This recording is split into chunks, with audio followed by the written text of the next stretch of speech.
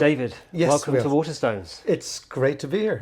It is great to be here. I've never been exposed to the engine room before. Well, here you are. We've got a pretty good view. We could probably see the city of London if we look close enough, of course, which is the financial centre of where we Yes, a are. place I spent 7 years You know far too much about slaving how it works. away. Yeah. We're here to talk about money, and your book is a really fascinating look at, I suppose, the whole idea of money, how it works, and how instrumental it is, as you see it, in some of the, I guess, historical moments and our progress as a species. Is it worth starting, I suppose, really at the very beginning and thinking about where money as a concept, and I suppose particularly coins, come from? Take us back to there. No, Will, the fascinating thing about money is, because I've worked as an economist for all my life, something really struck me about, which is weird, is economists talk about money, but I'm not sure we really understand it. I know it's a bit of a reveal, early doors, but it's that idea that economists can kind of tell you where it should be, how it's been pumped around, if the Bank of England opens up, are they printing money? But that's like the plumbing of the house, right? So they tell you where water should be, but they can't really tell you why water, like money, is essential for life. And that's what's really interests me, is that the idea of humans are always governed by a technology. That's one of the great historical facts of economics, right? And we tend to think about technology like a phone or like a camera, okay? But there are things called social technologies, and they kind of organize us in ways that we don't really understand. And the idea here is that money is this amazing social technology, amazing, that we really can't get our heads around. But you can't imagine your world without it. This is the really odd thing. You cannot imagine the world without it. So we go from coins. If you want to talk about coins, coins come from a crowd called the Lydians. So the Lydians, you might remember Midas, King Midas, right? The poor fellow who said, everything I touch turn to gold. He does that, he realizes his daughter turns to gold, he realizes the apple he wants to eat turns to gold. But this was based on the fact that the Greeks were aware of a civilization just before them that had created this idea of using coins for money. Now, if you think about that, that's the moment where money goes from being an abstraction to being a physical reality. And the Lydians used coins, they used gold coins. And the smaller the coins, the more people were involved in trade. And so what they did was they figured out that using coins could organize their society in a way that would have been incredibly difficult to organize had they just had this top-down relationship. So in the book, what strikes me is that every time humans have made progress, what you also see is the attendant evidence that money is there in some way. So what I've said is that, anthropologists talk about humans being a pyrophyte species, right? We're a species adapted to fire. And you can see that in everything, our digestive system, our faces, etc. And that was for the first about 400,000 years. I think for the last 5,000 years, say, we have become a plutophyte species, a species that is adapted to and adapts with constantly this technology called money. And that's the overall thesis of the book, which for an economist is an unusual thing to do, because economists usually come and say, well, if you pull that lever, this will happen. If you pull this lever, this will happen. They talk about fiscal policy, monetary policy, and taxes. And I said, no. Let's not talk about money in that context. Let's talk about it as something much, much more elemental to humanity. And it's always struck me that, it is like a Promethean force that animates something deep inside us, for good and for ill, And so what the book is about is taking those pivotal moments of financial and monetary innovation and seeing what else was going on. And what you see is that every time there's an innovation in money, there's innovations in everything. So, for example, you talk about coins. What comes with coins and money is counting, is writing. Things that we would not really necessarily think is the legal system, is the emergence of complex urban societies, is what we call civilization, which is based on civics. So without money, you don't get urban civilization. With urban civilization, you get this propulsion forward of human, what we would call progress. And all the time, this bizarre much misunderstood technology is in the background orchestrating everything. So that's what the essence of the book is about. And coins are just the first practical iteration because, it's that thing in your pocket. And another fascinating thing about coins is they bring people together. This is what I've always been intrigued about money, is that if you can imagine all the relationships you've had today, go for a coffee, go for a lunch, you've had relationship with people mediated by money. Absent money, you wouldn't have these. So it brings us together in a strange way. And what you see is certainly around the Eastern Mediterranean, this extraordinary explosion of all sorts of things. So what really fascinated me also was to think about the role of money in other things at that time. So after the Greeks, you say, well, what else is the big deal? And you say, yeah, Christianity. That's a big one, isn't it? That's a big one as things go. It's pretty big. And I've also thought, why did it happen, where it did, and when it did? And is there a relationship with money? And what you see is in the couple of 100 years before Christ, you get this monetary economy. And prior to that, if you were poor or if you were downtrodden, it was kind of written in the stars. The gods had told you. But when you begin to superimpose a monetary economy, then people do well because they're good with this substance. And suddenly you probably need a countervailing philosophy which compensates for those who don't do well. So if you look at the change between, for example, this bizarre idea that, the meek will inherit the earth. This is a very radical thing, right? It's a radical thing. Why did a preacher emerge in that part of the world when he did with an anti-money message? Because I think is that people needed the security at a time when money was a revolutionary new force that was really changing the world. And I think there are these links that when you begin to scratch a little bit, you think, wow, these things are all linked. So there has been, for me, it's been like being a little child writing the book. It's like, oh my God, oh my good God, did you see that? No, really. Yeah. And that's been a lovely sort of process of discovery. Going forwards a little bit further to Florence, where you point out that this sort of trading city, two worlds collide basically. You have the Europeans who are counting in one way and the Arabs who have got this concept of zero, which the Europeans don't have.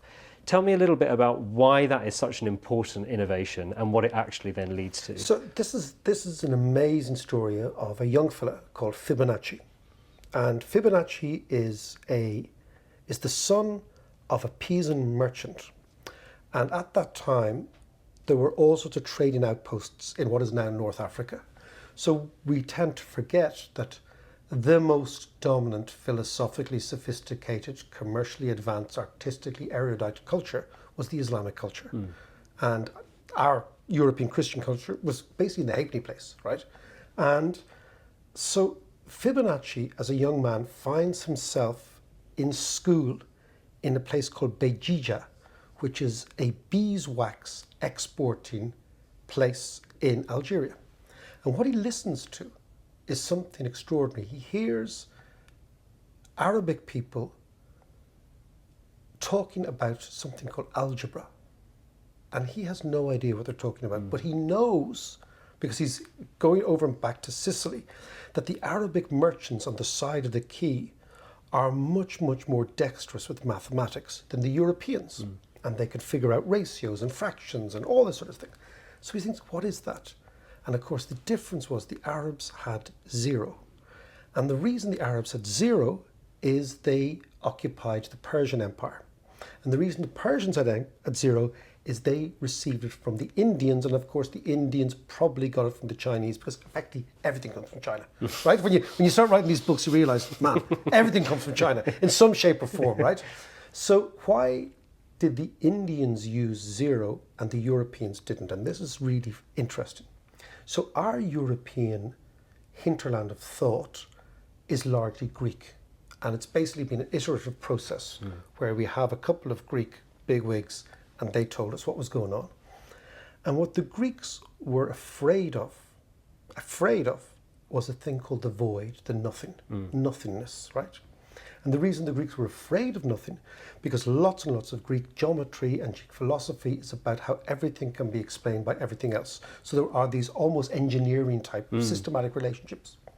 The Indians, on the other hand, from the Hindu religion, not only were not afraid of the void, but they wanted to embrace the void, because for them the void is ultimate salvation.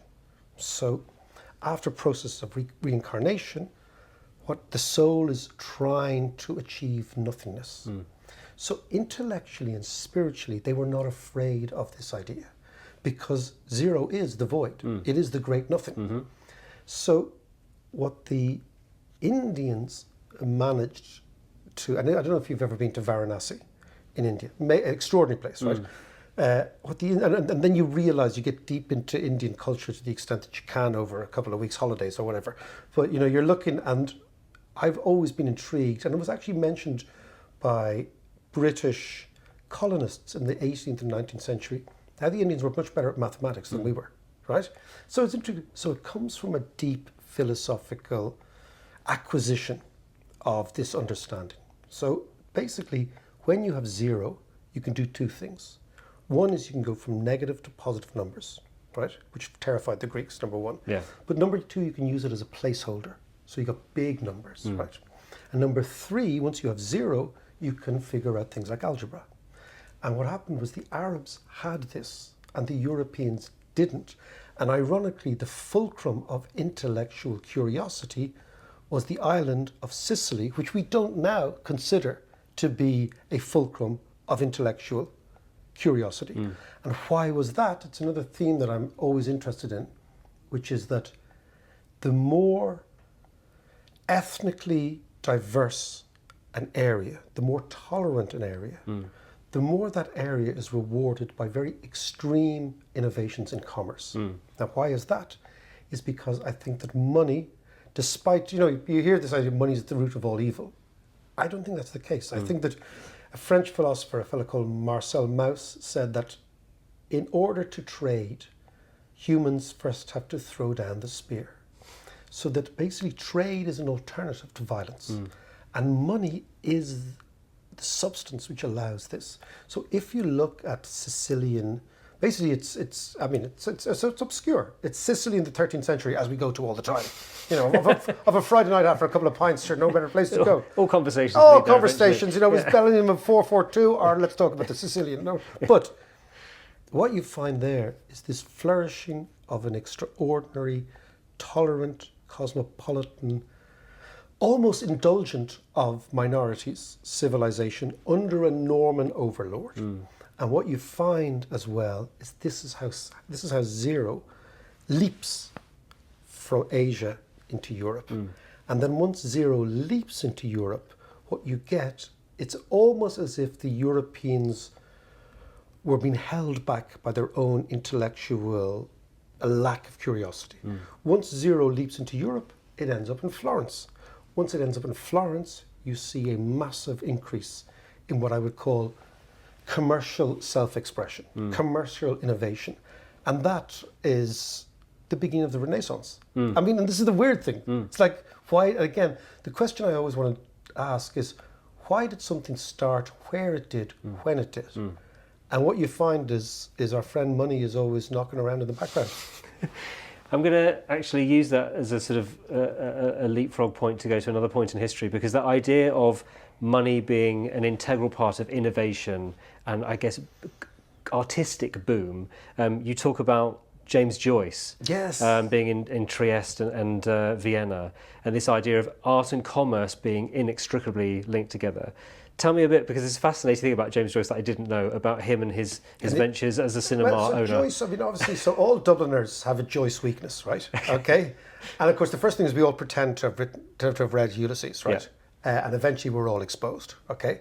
And so during the lockdown, at the beginning, I had read lots and lots about Joyce, bits of Ulysses, but I said, no, I'm actually going to read the entire book. And I was asked by a bit of a scholar mate of mine to contribute something to the economics in Ulysses. So I started reading it, and I started reading about Leopold Bloom, kind of fell in love with this character. But then I started to read a lot more about Joyce himself. And so in 1909, on the 27th of October, Joyce comes home to Ireland from Trieste. And I don't know if any of you have been on the mail boat, the old mail boat from Holyhead to Dundleary, okay? It's special, okay? It's a special way of travelling, right? And he's coming home to Ireland. And the question is why? And the reason he's coming home to Ireland is that 6 weeks prior to this, his sister is sent out by the dad, who's an incredibly interesting man as well, Stanislaus, to find out what James is doing in Trieste. And the sister called Eva goes out to Trieste and can't find James for 2 or 3 days. And Nora's there with the kids, right? And James is nowhere to be found. And he's in the cinema. So he's obsessed by cinema. And we kind of forget that the cinema was like K-pop, Netflix, and Twitter and TikTok all rolled into one at the time. Europeans were absolutely fascinated by it. It was the new way of entertainment, of communication. It was incredibly exciting, so much so that Trieste had 34 cinemas in 1909. And they also opened 24/7. They never closed. It was like the Ryanair model. You've got to keep the thing in the air, right? Okay. So Joyce is obsessed by this. Eva says to James, how many cinemas are here? He says, I don't know, there's loads of them. She says, that's amazing. There's no cinemas in Dublin. And Dublin was a city that was 3 times the size, okay, or maybe twice the size of Trieste. And of course, the reason Trieste is interesting is all to do with commerce as well. It's because of the Suez Canal, which changed the direction of trade and commerce away from the Atlantic to the Adriatic and to the Mediterranean. So Joyce is fascinated. He's there, but he says, I'm coming home and I'm going to set up a cinema. But he's got no money. So he has to find investors, he has to find a premises, do all this. And he does it all in about 6 weeks, which is kind of amazing, right? He finds a premises, he finds projectionists, he does the rent, he does the advertising, he gets 4 fellas to give him money. And on the 20th of December 1909, he opens the first cinema in Ireland called the Volta Cinema in Mary Street. Now, what has always fascinated me was that the mind that wrote Ulysses was also the mind that set up this cinema. And for many, many years, I had been told, unconvincingly, but I've been told that basically the artistic mind and the commercial mind are at odds with each other. But that's not the case. When you begin to look, if you have friends who are artists, right? Friends who are writers or poets or musicians or whatever, and you have friends who are business people, small business people, they're incredibly similar. And the reason, they don't want a job, they don't want a boss, they don't want an insurance policy, they want to tell people to feck off, they don't want anybody to tell them what to do, they want to create something. They live in what I would describe in the book, in the theatre of risk. They are on the public stage of jeopardy all the time. Whether you are down in the West End on stage or where you're trying to create a small business somewhere in the UK, right? What you're doing is you're saying, I can do things better, right? I can create something different. And they're constantly being dragged back by reviewers and by academics and these sort of things.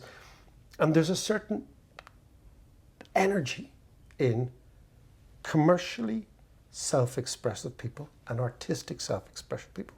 So this was something I was looking at, and I was thinking, is Joyce a one-off? And then you go back and you look at the societies. So you think, what sort of people are artists as a general rule? And they are disruptors, they are non-mainstream, they're slightly outsiders, and in general, they are people who don't accept the status quo. And then you think, okay, well, what sort of societies accept these sort of creatures, right? They tend to be liberal, they tend to be tolerant, they tend to be open. And then if you go back, and this comes back to the money idea, you go back to the Dutch in the early 17th century. And what you see is this extraordinary flourishing of Dutch commercial culture, but also the Dutch masters. So from the same Dutch brain that was coming up with financial innovations comes Rembrandt, comes Vermeer, right? And what you see all the time is that there's this extraordinary connection between money, commerce, and artistic flourishing. Now, what we've been sold by, I think, second-rate Marxists for years is the idea that an artist has to be in the garret, writing on his own or her own, impoverished, okay, in usually a repressive society that they're rebelling against. But that's not the case. That's not the case. The best art comes from commercially extravagant societies, actually, you know, whether it's London or New York or whatever. So this is something that I try to weave into the book, that what we're looking at is a force in society called money that grabs us by the scruff of the neck and propels us forward and sometimes backwards. And then you begin to see all these unusual connections, and the Joyce and the art connection is an unusual one. But the point is that the brain and the character that wrote Ulysses should not ever be seen as inconsistent with the brain and character of somebody who set up a small business. And we see it all the time. Joyce is not the only literary figure in the book. There's a few others that are very surprising. One part I really enjoyed was taking the Wizard of Oz and using it. Well, you purport that it is basically a metaphor for the US connection with the gold standard. Yes, it is. It is. I mean, it's a mad idea, but it is. So like most Irish people, I have a rake of relations in America, right? When we were kids, they used to talk to us about the Wizard of Oz because Americans watch it on Christmas Day. It still is probably the most famous American movie. And it's part of the American firmament. Like when you go to America, you think basically the Wizard of Oz, Dolly Parton, Tom Hanks, that's America, right? Okay, well, actually somebody said that to me, that the only two people that all Americans love are Dolly Parton and Tom Hanks, right? Everyone loves them, right? And the Wizard of Oz, and it's baseball, and it's what we Europeans know to be Americana, right? And fascinatingly, The Wizard of Oz is based on an original book called The Wonderful Wizard of Oz, which is written by a fella called L. Baum, right? Now, that was a book that was written after a fascinating period of American monetary history. So American monetary history has been a constant. You even see it now with the crypto stuff and everything. It's like, and the gold bugs, and it's been a constant battle between people who believe the state is not to be trusted, and you can only trust gold. And if you leave these sort of liberals have their way, before you know it, we'll have hyperinflation. Now that is, every single online newsletter about money is full of that, right? Still now, right? So you think, where did that come from? Because the UK doesn't have it, Ireland doesn't have it, Germany doesn't have it. It's a specific American thing.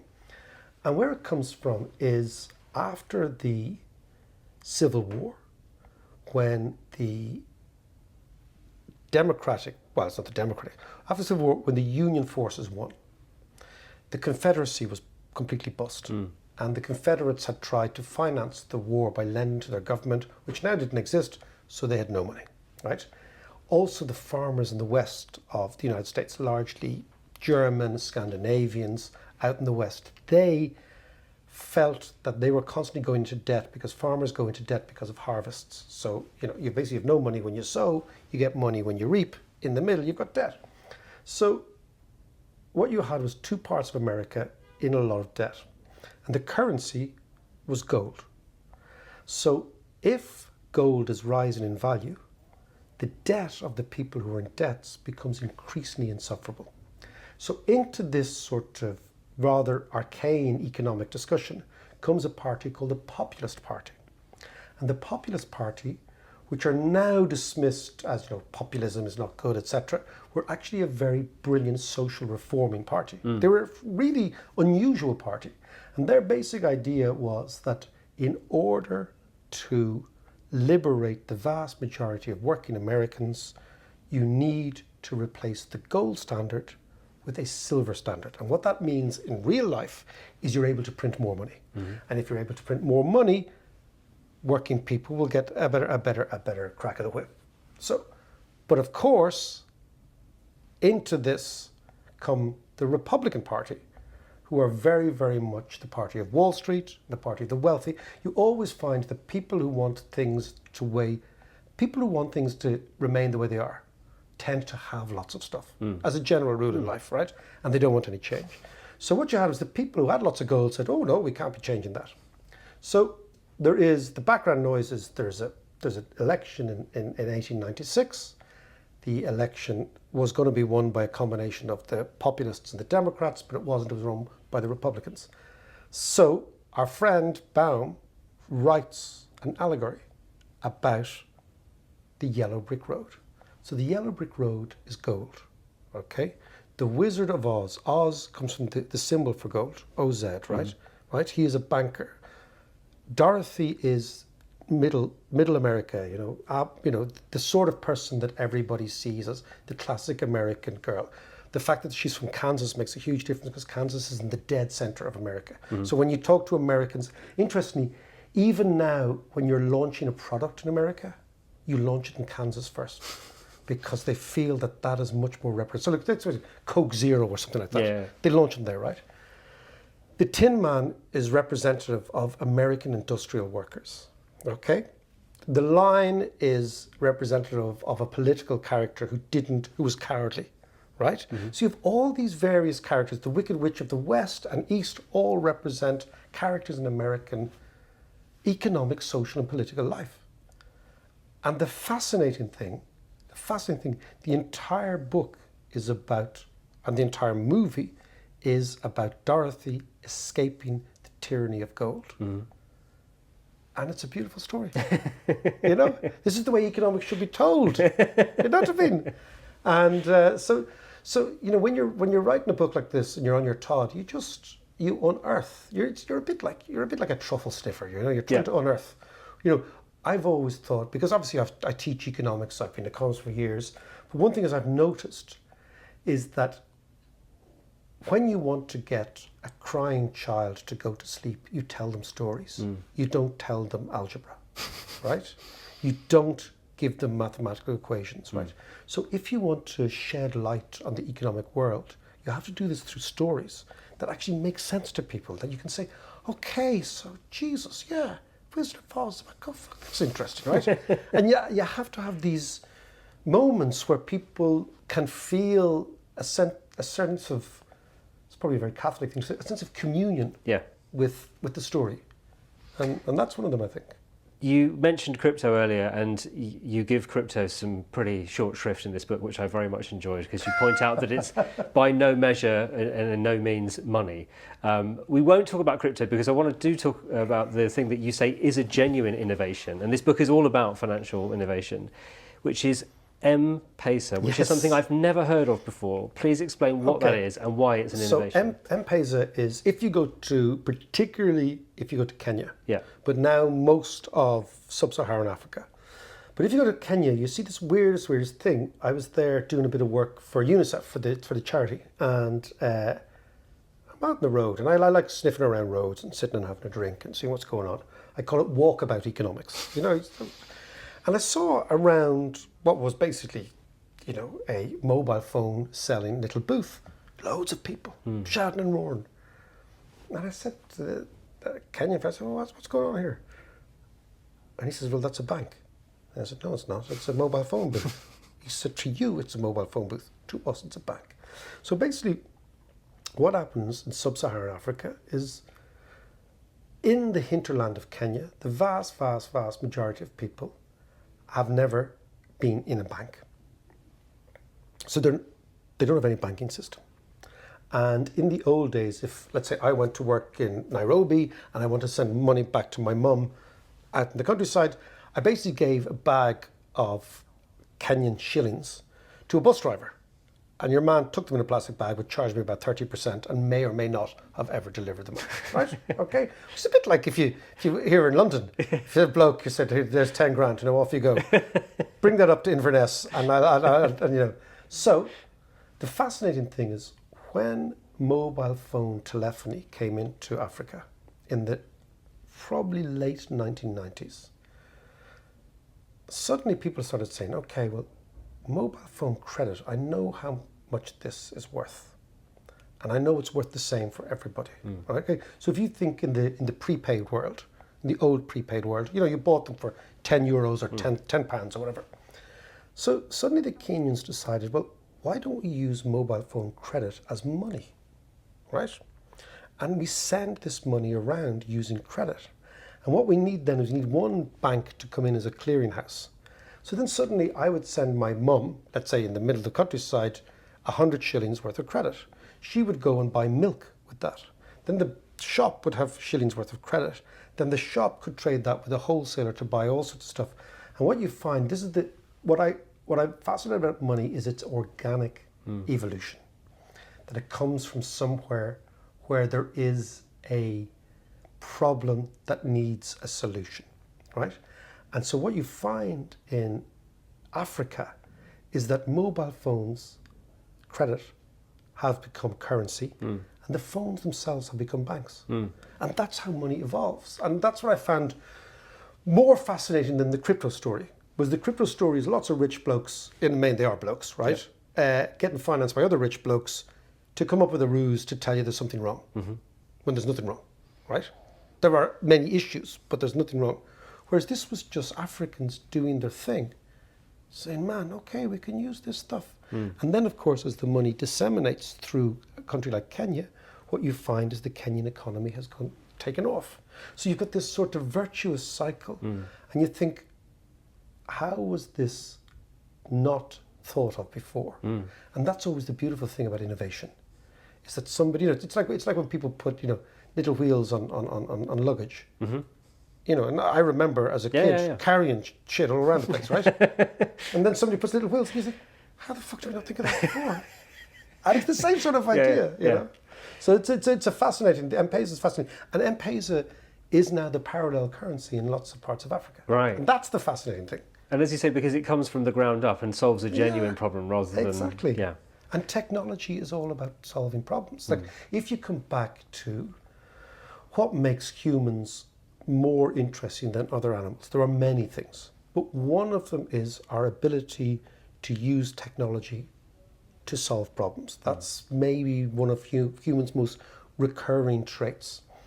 And then if you look at money as a technology, then it stands to reason that these things will happen. But we just don't think about it that way. And once you think about it, it's like, oh yeah, that makes sense, David, we have but scratched the surface of the gems that are contained in this book, because there are so many brilliant, brilliant bits. But I really, really appreciate the time you've taken to pull a few of those out. Well, thank you so much. No, really, because it's, when you start writing these books, you've no idea what's going to end up like. It's like, you know what I mean? It's like a monster. But so it's lovely to be here. And, we're in London in the lashing rain. Yep. The middle of July, sure. Almost looks like a big version of Dublin. David, thank you so much. Thank you.